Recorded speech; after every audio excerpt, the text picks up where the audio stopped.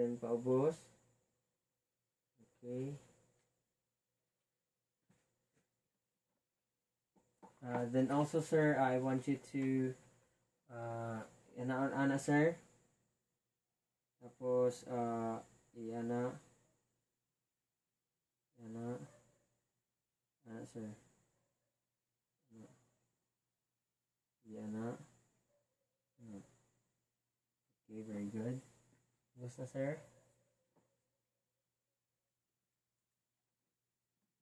The next is you're going to inspect, palpate, and test range of motion of the wrist. Wrists are symmetric without redness or swelling, and they are non-tender and free of nodules are the normal findings. So I'm going to check your wrist, sir.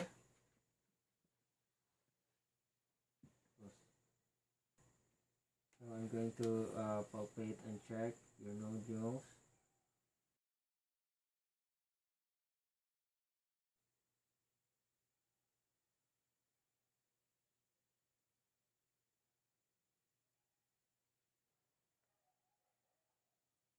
Okay.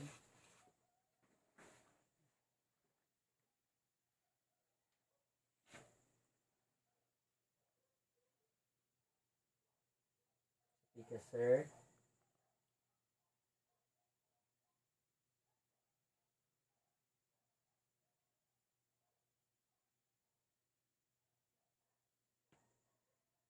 Okay. Next is you're going to inspect, palpate, and test range of motion. The hands and fingers are going to inspect for joint symmetry, alignment, and bony deformities. So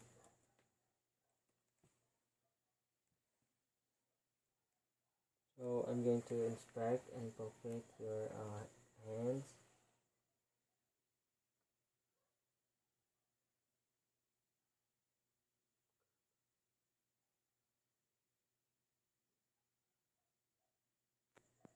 Okay. Here's a pika, sir.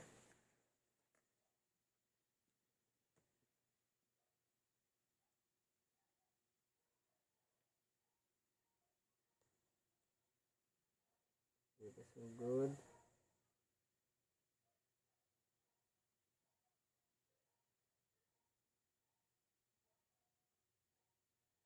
Iyan na, sir, nakamot, sir.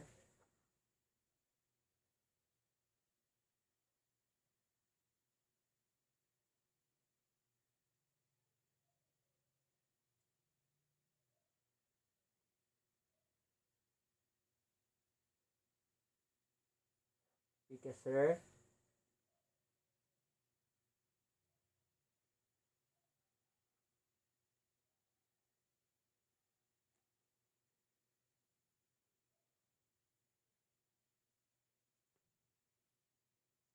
Okay.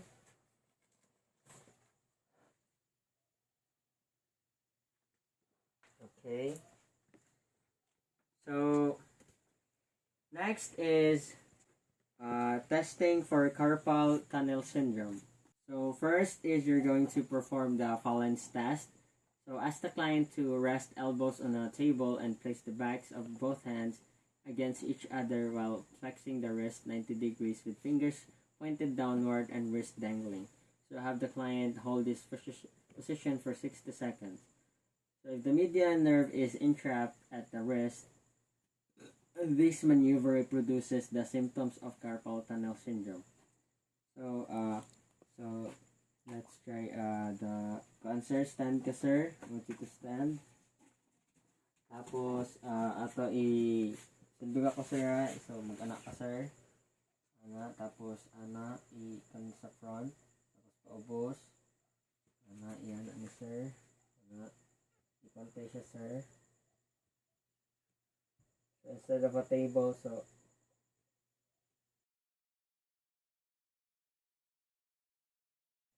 okay, I want you to hold that position, sir. So, sige, sir. Naman na, sir. So, did you feel any tingling, sir, sa imong arms, sa imong hands, sa imong fingers? Yes, nice. Okay. Yes, sir. Balik na good, sir.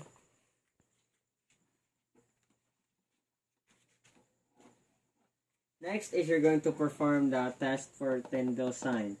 So use your finger to percuss slightly over the median nerve. So karon day sir, I want you to sit here sir.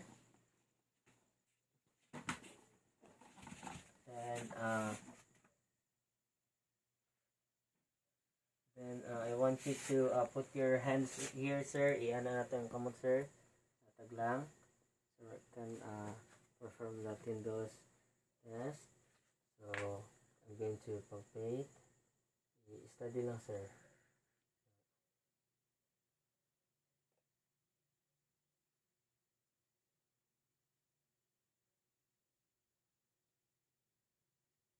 Okay.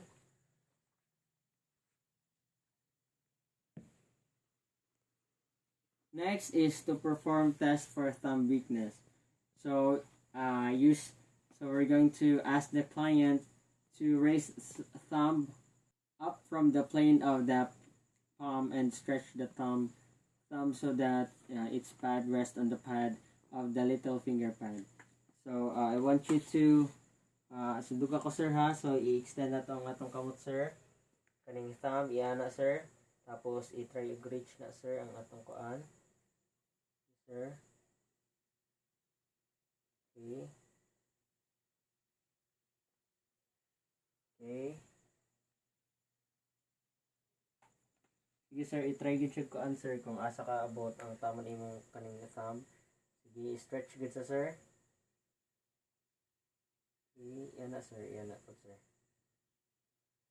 Okay, thank you sir.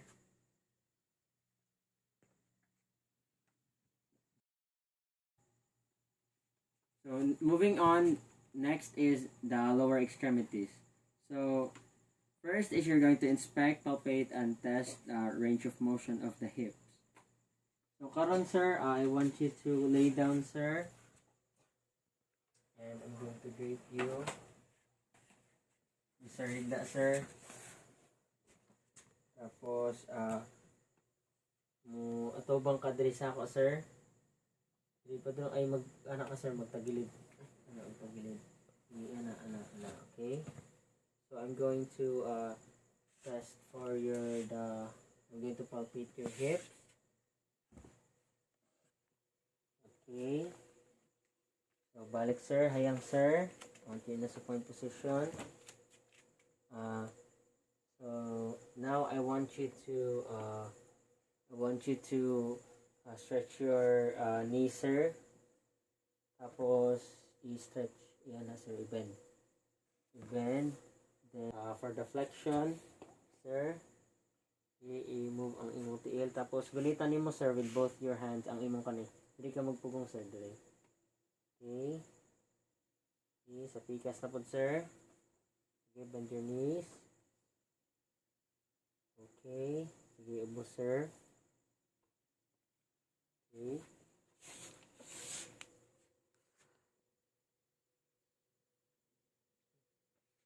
The next is you're going to inspect, palpate, and test range of motion of the knees. So prior to that,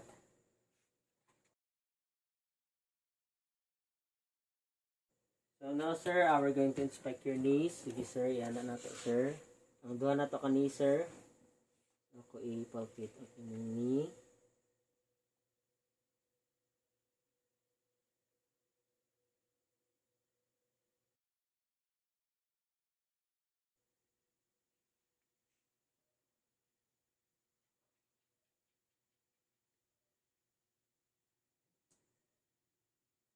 So, we're noting for any deformities.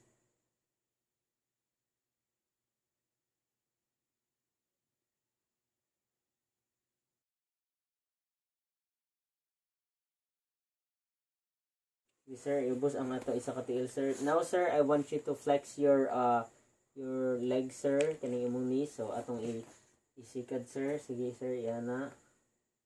Yan na. Sige sir, yan na po tapos yan na dayon. Sige, hinahinay lang sir. Okay. Sige sir, move. Okay. Pikas. Sige.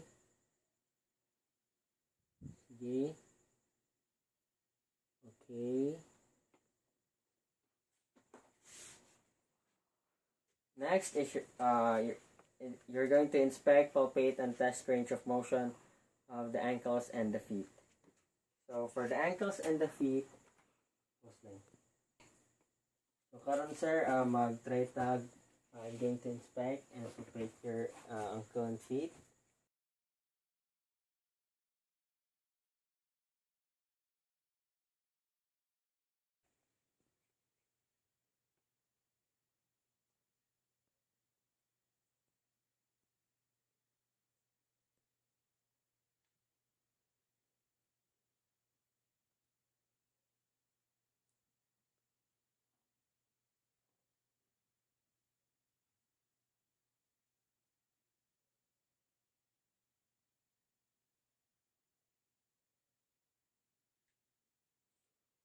So I'm going to inspect your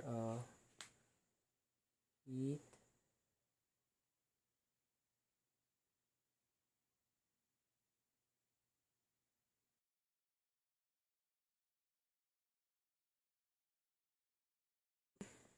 Now sir, I want you to flex your feet sir. Sige sir, ilihok-lihok. So paggawa sir, i-move sir. Ito sir, nay. Tapos pasulod. Then sa right na pod sir. Sa left, sige sir, paggawas, flex. Pasulod. Sige yan agad sir. Tapos now I want you to your finger to sir. Imo yan ana sir. I-move siya. Ini lang sir.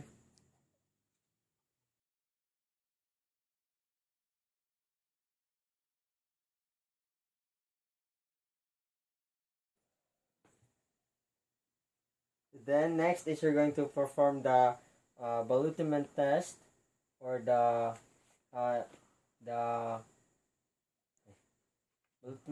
ballotiment test. So this test helps to detect large amounts of fluid in the knee. So first is you're going to perform the bulge test. So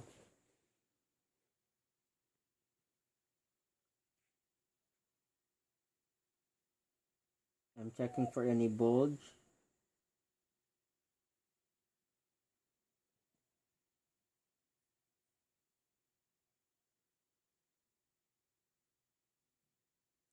The next is you're going to perform the ballotiment test.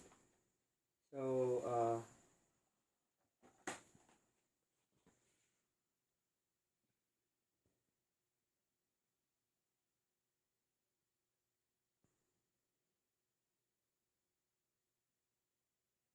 okay.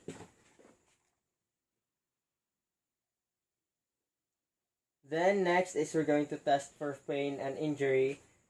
So you're going to perform the McMurray's test. The McMurray's test. Okay, we're going to perform the McMurray's test. So karon sir, I want you to extend your knees. Sige sir. Tapos ilihok-lihok sir. Na sir. Sige. Hinay. Tapos pagawas. Ilihok-lihok din ng imo knee sir. Kaya mo ankle ka na. Pagawas ini no. Hinay. Sulod. Okay, sa pikas. Sige sir. Okay, extend. Okay. Okay, extend. Okay, ang knee sir, ilok-lihok. Okay. Okay.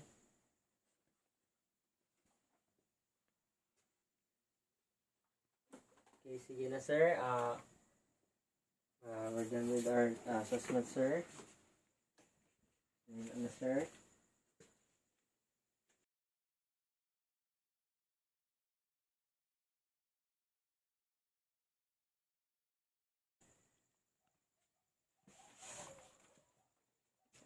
So moving on to the termination phase, review the information obtained during the assessment and discuss the findings to the client.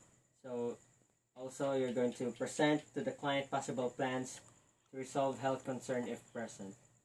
Uh, During our assessment, sir, we have obtained information. So in your upper extremities, we didn't find any unusual findings or any deformities. So all is well, sir. Then moving on to your lower extremities. So okay lang gyapon, sir. Wala tayong nakita nga mga lesions or mga deformities or unusual nga mga findings, abnormal findings. So you're healthy, sir.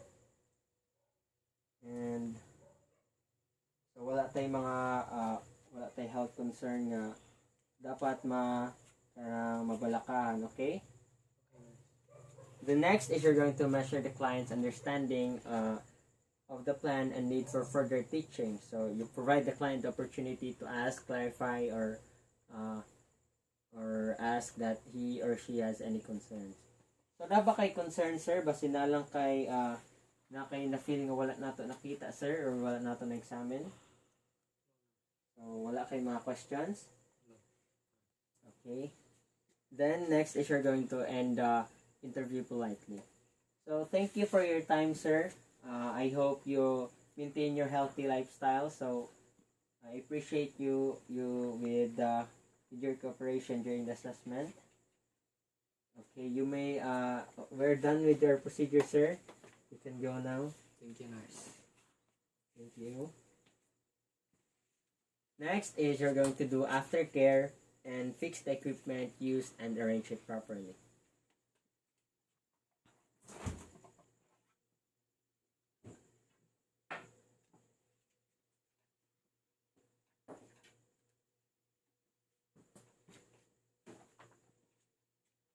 Next is you're going to perform hand washing. So I am performing hand hygiene. I'm using a alcohol-based hand rub to avoid the spread of microorganisms.